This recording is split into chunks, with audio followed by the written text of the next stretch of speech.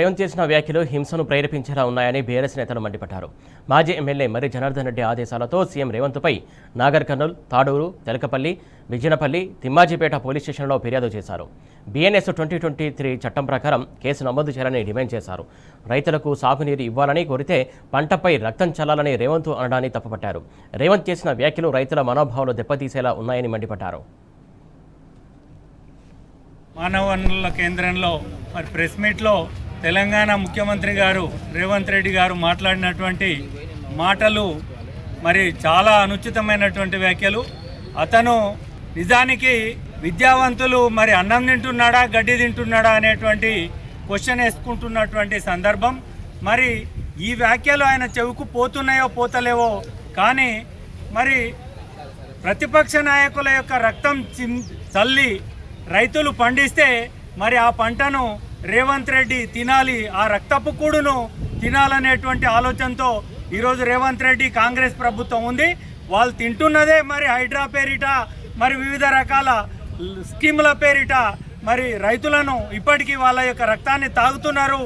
ఈ దుర్భరమైనటువంటి క్షామ పరిస్థితుల్లో super El Niño నెలకొన్నటువంటి ఈ క్రమంలో రేవంత్ రెడ్డి ఈ రకంగా భీష్మించుకొని కేసీఆర్ మీద బీఆర్ఎస్ పార్టీ మీద కక్ష కట్టి ఈ యొక్క డ్యాములను ఎండబెట్టి నీటిని కిందికి వదిలి ఆంధ్రాని అక్కడ సస్యశ్యామలం చేస్తున్న అతని యొక్క గురుభక్తిని చాటుకుంటూ ఆంధ్రాను సస్యశ్యామలం చేస్తున్నాడు.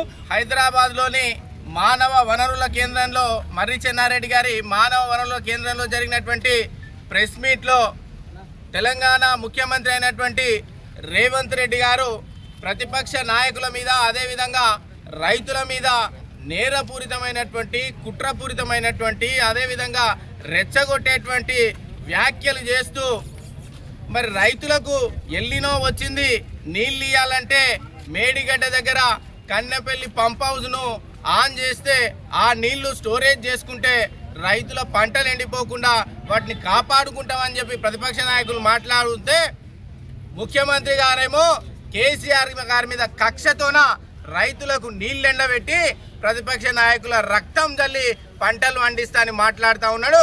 ఆ వ్యాఖ్యలను తీవ్రంగా బీఆర్ఎస్ పార్టీ తెలంగాణ యావత్తు ఖండిస్తూ ముఖ్యమంత్రి గారి మీద వెంటనే వివిధ సెక్షన్ల కింద కేసు నమోదు చేయాలని డిమాండ్ చేస్తా